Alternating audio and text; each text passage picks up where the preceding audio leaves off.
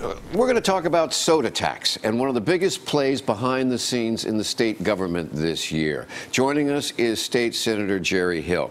In a nutshell, soda tax, we saw it passed in Berkeley, we saw it passed in San Francisco and Oakland. It's a couple of cents per ounce. Right. The idea is that kids are overweight, they're obese, and to use the money for programs, right? Yes.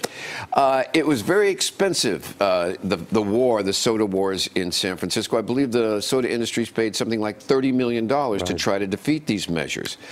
Then they turned around and did something to try to stop it from spreading. What was that? Well, what they did is they spent a few $1 million, not the $30 million, but probably $3 or $4 million to get an initiative and qualify it for the ballot. Go around collecting signatures. They paid people to go out and stand in front of grocery stores and collect signatures. And saying you don't want to be taxed anymore, and people will sign quickly. They got the signatures, qualified to the ballot, an initiative, and the part of the initiative that was so troubling, especially to local government, was it said that a local government could not raise taxes at all for any reason unless you had a 2/3 vote.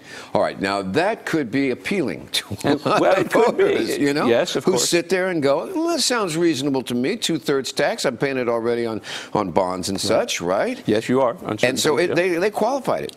They qualified it for the ballot. And it was going to go on in November. It would. And the next thing I know, all the cities and the counties and labor unions are having heart attacks. They were. Why? Well, they were having a heart attack because they knew that the next revenue that they may need, the next sales tax that they may need and use, they could not apply, they could not use that, and it would be difficult for local government.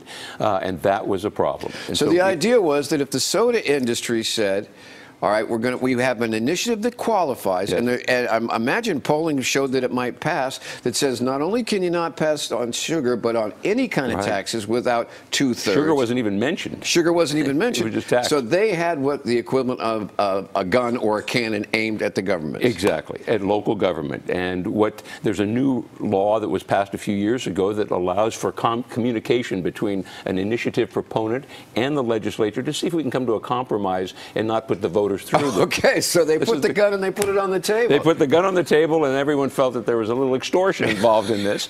That the choice was either to negotiate to try to come up with something that would work, or this would go on the ballot and probably pass. So what did you guys give the sugar industry? Well, gave the sugar industry a 12-year reprieve that it would prohibit any local government from initiating a tax on soda or sugar-sweetened drinks for 12 years. Okay, and what did the local governments get in return? Well, the local governments in return were able to then continue to increase their taxes as they sought over the majority vote.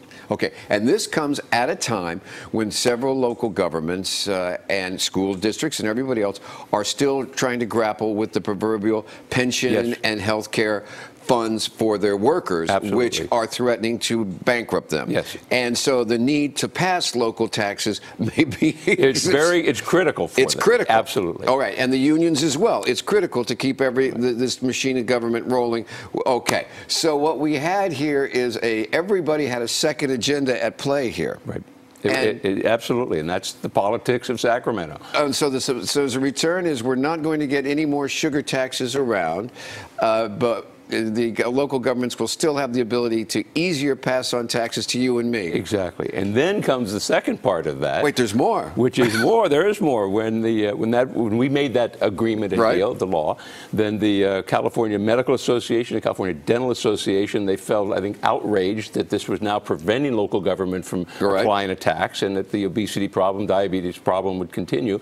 So they've now agreed to and crafted and authored an initiative that would be on the ballot in 2020 that then will say that free local government to raise their taxes again and also add a 2-cent per ounce tax on sugar-sweetened drinks and beverages. So here we go again. So it's going to go around in circles again, and in 2 years we'll have the ability to look at that and see if there are changes. I tell you, this politics. And meanwhile, everybody around this is making a whole lot of money, right? Well, all those that are organizing it, somebody's making money.